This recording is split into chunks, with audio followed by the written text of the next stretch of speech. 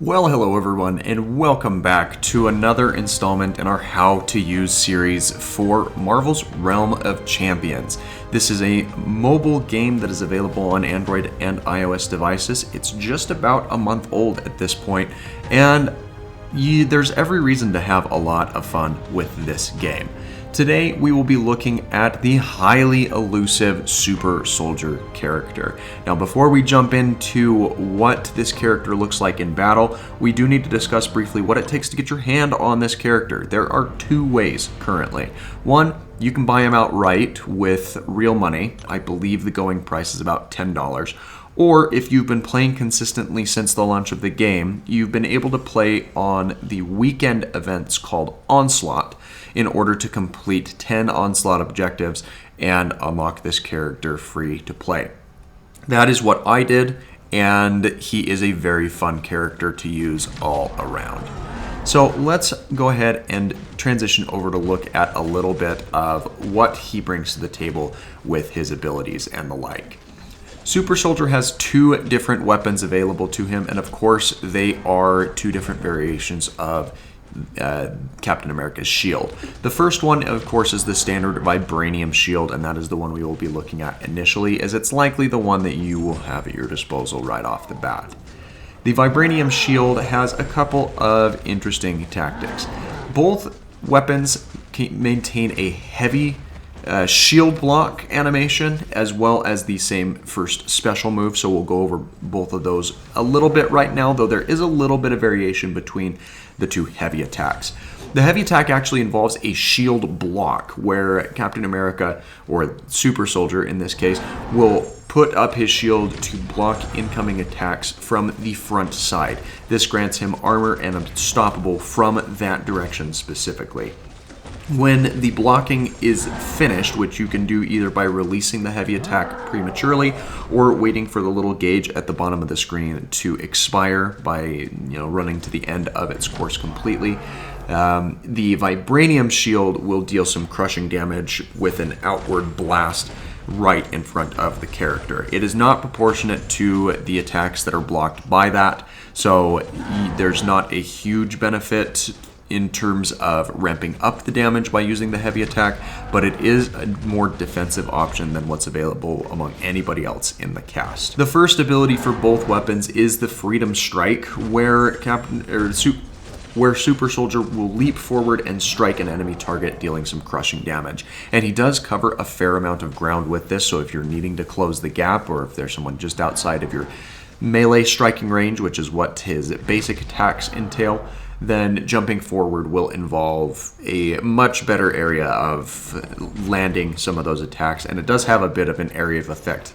type hitbox when it lands, so you can inflict damage on multiple targets when using this ability. The first ability unique to the Vibranium shield, or the second ability, is the shield throw, and this involves Super Soldier throwing his shield at an enemy. Afterwards it will come back to him. It does have a bit of a finite range as to how far it can be thrown, but it is still a decent distance in order to get the maximum efficiency out of this weapon.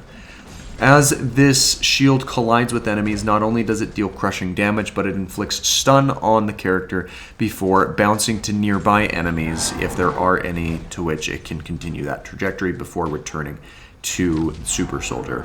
And of course, when the enemy is stunned, it opens all characters up to additional damage from your other allies, so it can be used quite nicely in the right circumstances. It can also potentially be used to stall out enemies from capping the center point, especially if that ring is shrinking and the enemy is on lower amounts of health. You can throw that out there to prevent them from getting back inside the circle and increase your odds of capturing the point. The Special 3 ability with the Vibranium shield is Assemble, which involves Super Soldier unleashing more powerful attacks and inspiring his allies to grant them movement speed and attack power as well.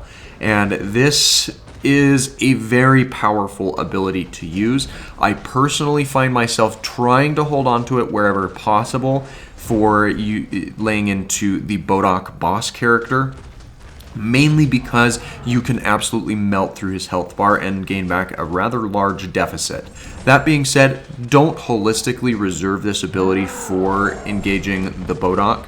If your team is in a pinch and there's a reasonable chance of you winning the conflict, feel free to go ahead and activate it in order to give your team the edge in closing out that fight.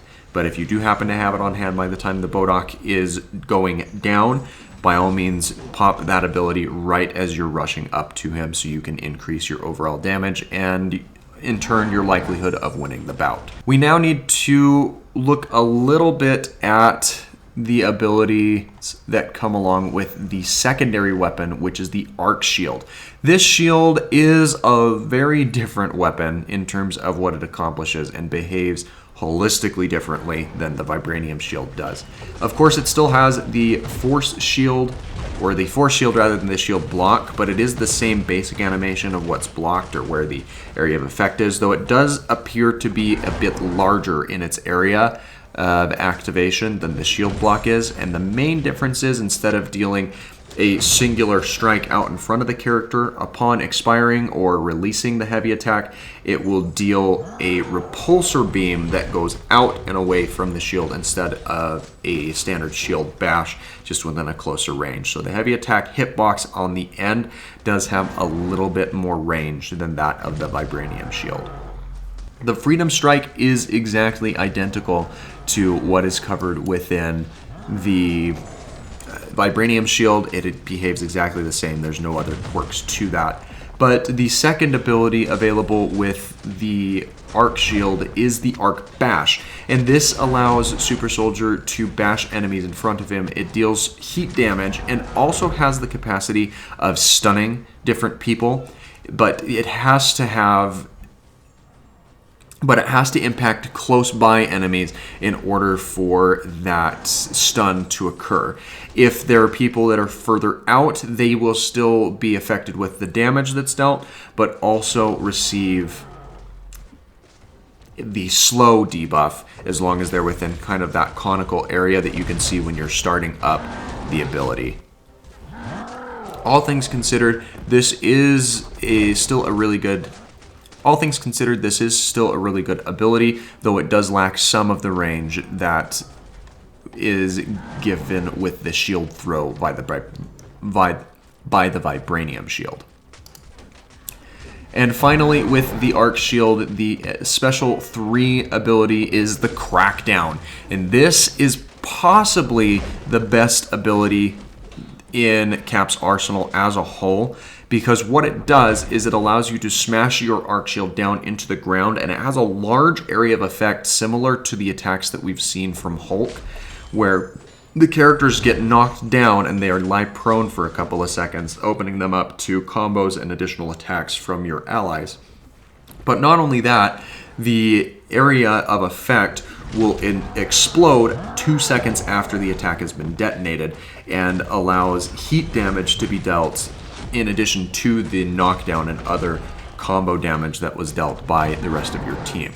If you play things right, then you should be able to get the team down with one use of this. And it's not as useful against the Bodok character as the Assemble ability with the Vibranium shield, but it can still be used for dealing some additional damage there or providing yourself a buffer to keep some of those opponents away from you, as if they're smart and they want to avoid some pretty decent damage, they won't want to wander into that area of effect until after the explosion from the detonation has occurred. Between the two weapons, I think I have to give the slight edge to the Arc Shield just because it increases Captain America's minor ranged capability when it comes to him fulfilling the role as a tank character. But if you have the Vibranium shield and you know how to use it and can use it strategically, it can absolutely save you and help you recuperate in the middle of a fight as well.